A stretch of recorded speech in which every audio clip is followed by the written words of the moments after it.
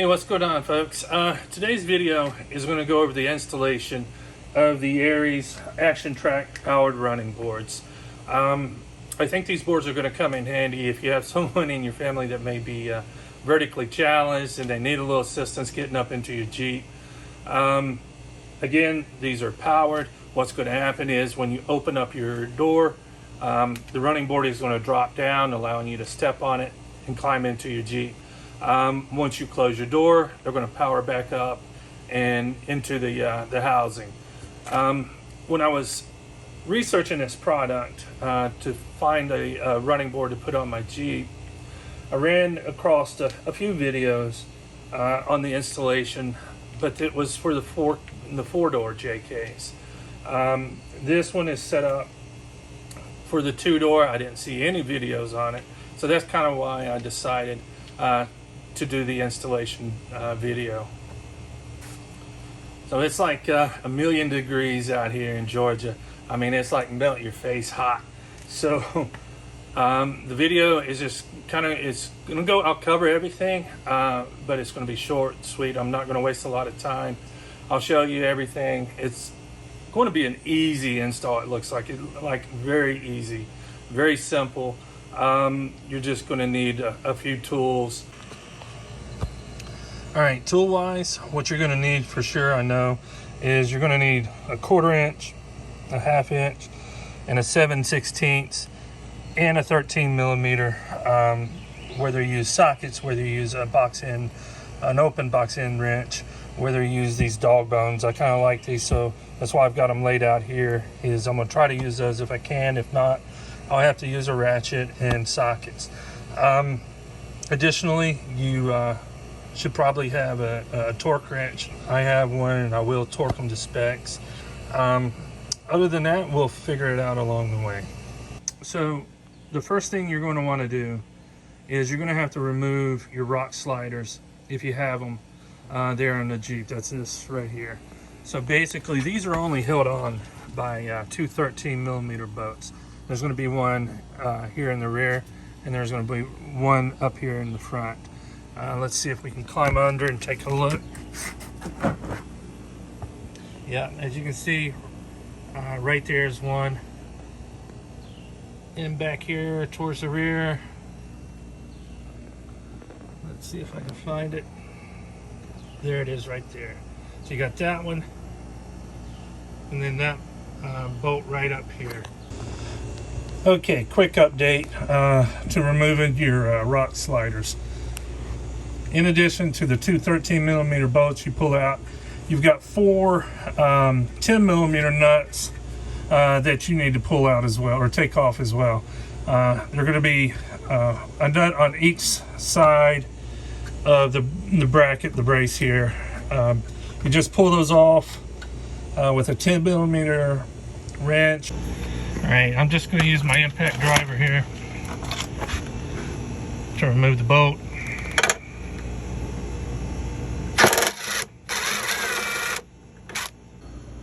Okay, they should come off pretty easy. I'm just using my dog bone here, and they're coming off really easy.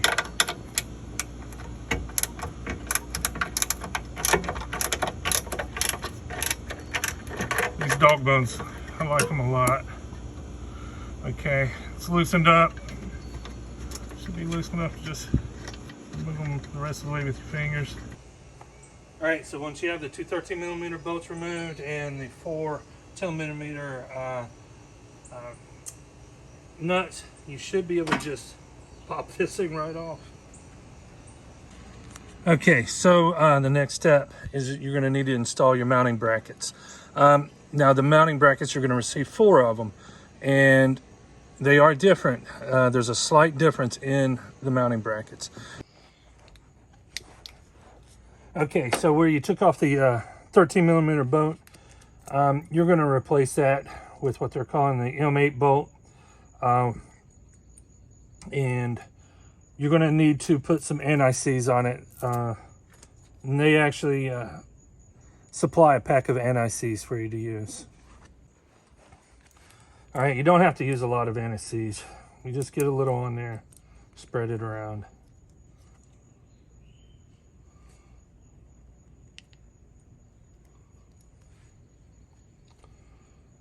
All right, again, you just need a little bit, get it on here in one area. And what's going to happen is as you're installing this bolt and it's moving through the threads, it's going to spread out on the bolt. So again, you just need to put it in one place, screw it up in there, and it will spread throughout the around the boat.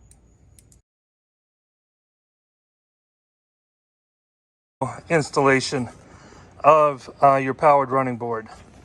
The main thing first is up here on the front side is where it's going to have the ARIES brand. That part of the running board needs to be on the forward side of, towards the front of your Jeep. Okay, once again, this is the running board upright. You just flip it over, and it's actually this track here on the bottom. You'll take these, slide them in. Again, there's two of them.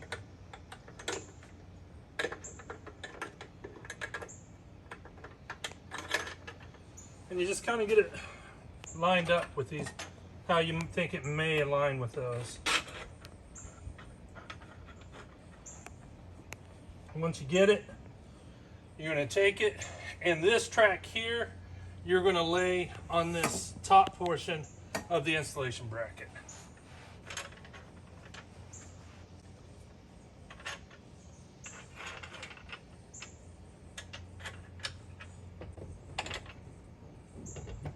This is why you want to leave those brackets. You don't want to tighten that hardware up yet because you need to maneuver it around. This bracket is for your LED light. The purpose of it is when at night, it'll just shine a light onto your running board once it deploys. And where we're going to install it is on the rear bracket. Let's see if we can see it here. On the bolt, I'm going to put it on the forward bolt here, and you just kind of angle it. For now, it's just going to be a temporary installment. We may have to adjust the angle of it later, but kind of get a better view there. As you can see, when you install it, the 90-degree angle goes towards the underside of your Jeep. Okay, so there's the LED light bracket, what it's going to look like temporarily installed. Basically, on the T-bracket, the only hardware you're going to need is the nylon lock nut. No washer, no lock washer. All right, so the nuts on the back of that is they're 1/2-inch nuts. So I'm just using my impact wrench to tighten it down. Remember, at this point, everything's just going snug. You don't want to tighten it all the way yet, because we may need to make adjustments later. All right, so now that you have the running boards temporarily installed, what we're going to do is start prepping for the installation of your wiring harness, which is also provided by ARIES. It's a really neat, it's a very simple wiring harness. It's pretty much plug and play. All right, so hopefully you can see with the way this light is shining in here, hopefully you get a good visual. But we're gonna have to remove this panel. We're gonna have to remove this panel. And then just from past experience, I know I wanna remove this. This will help, this will assist when we're running the wires from the engine bay into the inside of the Jeep here. So the first thing you want to do, we're going to have to remove these. You can remove these with a screwdriver, flathead screwdriver, or if you have one of the tools like I do, that just pops these out. All right, so if you have the tool, basically it's as simple as you just fit it up underneath here and you just squeeze down, and as you're squeezing it pops those little tabs out. So you just remove that one and the two here, and then that's it. You just pop these out. All right, so that's what it's going to look like when you pop it out. You don't really need to take this one all the way off. You just need to be able to have access to behind it there to run wiring, and that's it. All right, so here's the wiring kit that you're going to receive. on the right top right there, you're going to have that's your control box. They also send you some wire loom to use, and then also the bag there contains both of your LED lights for your running boards, and then off to the left there is the wiring harness. So the next step is we're going to start inside underneath the hood, connecting to the battery and running it through the firewall. All right, so the wiring harness, you've got a couple of different bundles in here, and you're going to have the smaller harness here that has a fuse on it. This is what we're going to hook up to your battery, but before you do that, what you want to do is make sure we disable the system, so when we connect it to the running boards, they don't deploy or whatever. So we need to remove the fuse. All right, so it's just as simple as removing the cap. It's got a 20 amp fuse in it. Just want to pull that fuse, and just remember, store this someplace safe where you're going to remember it and don't lose it. All right, so again, all we got to do is you're going to attach the positive wire of your wiring harness to the positive terminal of your battery. Just take off one of the nuts if you have a setup like mine, and then you're going to attach the negative side to the negative terminal of your battery. I've got to clean that up. And then what you're going to want to do is just run your wiring harness along your firewall here. You can see the conduit for the other wiring, the OEM wiring. Just run it right along with it over to the driver's side, and then that's where we're going to run the wires through the firewall into the cab of the Jeep. All right, so if you can see, hopefully you can see this rubber grommet right here. I've already got one wire that I ran previously into the cab of the Jeep. This is where we're going to run the wires for the running boards.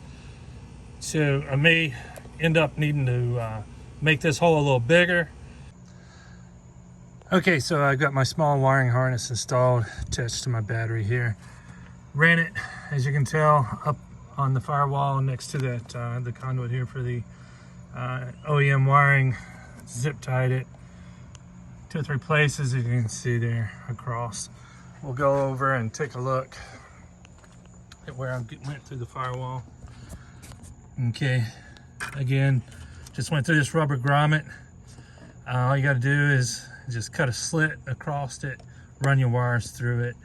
The easiest way to do this, like I say, is to pull this panel off. All right, so when you use I just used some old really thick ground wire. I taped ends of these to it and just pushed it through, and that's why I say it'll normally start feeding through right in through here. That's why I say it's easiest just to pop this panel off, and then once you have it, you can route it however you want it from here. All right, this is the other wiring harness. It's got a short side and a long side. According to the instructions, I don't know how much to trust those at this point, but it says that the short side is for the passenger side of the vehicle, and the longer set is for the driver's side. But here's the instructions, and as you can see, that's what it's showing. Okay, from looking at the wiring diagram here, basically this is the passenger side of the vehicle. This is a short wire. Here's where you plug into the controller, so that makes more sense now. So you're going to install your controller on the passenger side, somewhere underneath the seat or something like that is where I'm going to install mine, I think. Then you run it across underneath the carpet over to the driver's side, and then forward to connect to the wiring harness you routed through the firewall. All right, just kind of taking a look at trying to figure out how I'm going to route this wiring. So I think, all right, so what I know we got to do is we're going to have to drop down through this plug here to run the wires down to the running board to power it and also power your LED light. So I'll probably just cut a slit here like I did for the firewall, run the wires down through there, and then maybe fill it up with some silicone or something, just to keep, weatherproof, I guess. But Then I'll just run the wiring harness back behind the carpet here over to the driver's side and drop down. You'll have to drop down on that side through the drain plug as well, and then run it forward to your switches and that front wiring harness. So I'm going to do that and then get back with you. Okay, so according to the instructions, the wires that we need to run through the drain hole here inside the Jeep down to the running boards is the pink and the brown wire and the red and the black wire. Those are the ones that we need to run underneath to connect to the running board and the LED light. All right, so I got my wires, ran through my grommet. I ain't gonna lie to you, getting those plugs through those slits was not the easiest thing, but it went through, no problem really. You just gotta force it through. Okay, to feed these wires down through there and get it to where they need to go, I had to run, I've got some really thick copper ground wire, you know, that you use in your home's electrical system.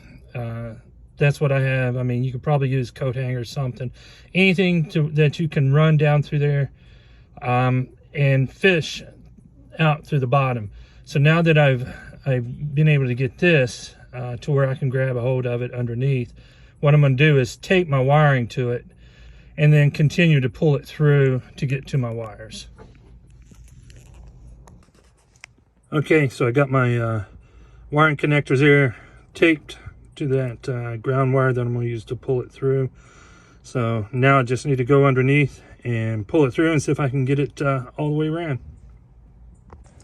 Okay, underneath the Jeep, this is where it came through. You can see I was able to fish it over top of the frame here and come out right near where that connector is.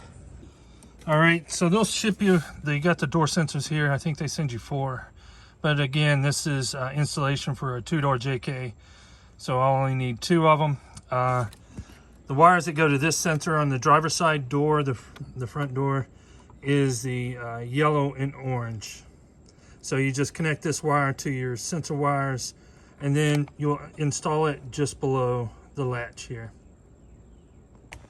Okay, so once you get your wires ran to both sides, you'll have a set of wires that will connect to one of your sensors that's supplied. You'll just connect your sensor to the wiring harness. They supply some 3M tape you put on the back of the sensor and then put it underneath here. I had to cut my molding a little bit here just to make it fit nice. Then you'll run the rest of the wiring harness up to the front. Up here, this is the wire that came through the firewall. You'll just connect it to your wiring harness. And then also your wiring harness will have a set of wires that you'll plug in to this switch. And the switch is basically an on and off switch for the running boards. Now your wires, your 2 red wires, will connect to your silver post on the switch, and your black wire will plug into the copper post on there. Then, like I say, the only thing that's left is install it wherever you want. At this point, I'm ready to do my ops check. I forgot to tell you, is you have these magnets. You'll have to line the magnets up with the sensor on the by the lock mechanism there. Once you do that, they supply some 3M tape again. Just stick it to the door and kind of, when it closes, there you go.